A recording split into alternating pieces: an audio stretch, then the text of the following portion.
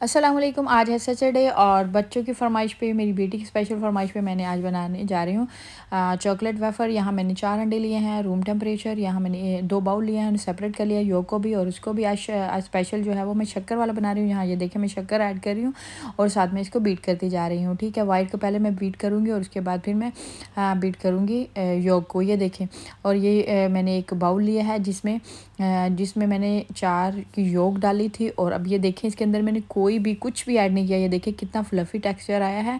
इसकी रीज़न ये है कि बहुत बड़े, अगर हमने 4 अंडे लिए हैं तो बहुत बड़े बाउल में ना लें ताकि स्पेस ना बचे। जितना अगर हमने 4 अंडे लिए हैं तो एक छोटे बाउल में लें, उसमें स्पेस ही नहीं होना चाहिए ताकि जब हम उसको बीट करें ना तो वो अच्छे तरीके से बीट हो और क्रीमी टेक्सचर आए। ये इसकी बहुत बड़ी रीज़न भी है ये।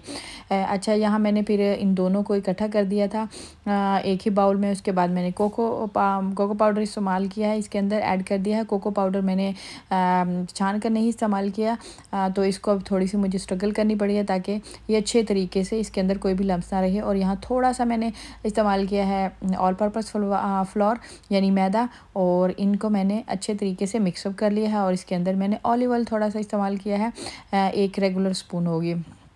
और यहाँ मेरा जो है वेफ़र मेकर, ये मैंने इसको हीट अप कर लिया है और इसको ग्रीस भी कर दिया है। लास्ट टाइम मैं ग्रीस करना भूल गई थी, वो सारा ही इसके अंदर चिपट गया है था। याद रखें, इसको ज़रूर हमने ग्रीस करना होता है। अच्छा, अभी मैंने इसको ग्रीस कर लिया, वो ये गर्म भी हो गया है। गर्म होने के बाद अभी मैं इसके अंदर ये जो बैटर जो मैंने रेडी किया था वो इसके अंदर मैं डाल दूँगी।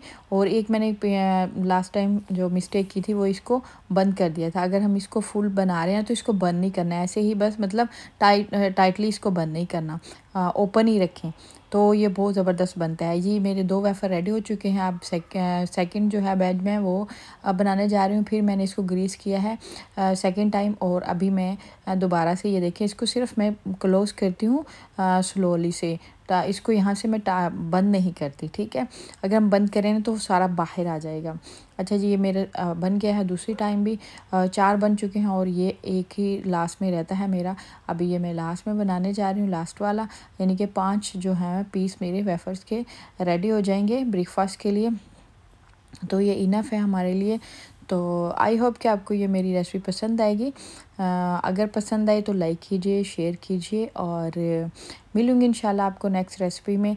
और इसके साथ मैंने थोड़े से बनाए हैं ये अंडे, बॉयल एग, और साथ में एवोकाडो है, और ये मैंने इसके ऊपर ड्रिज़ल किया है हनी। Bye bye.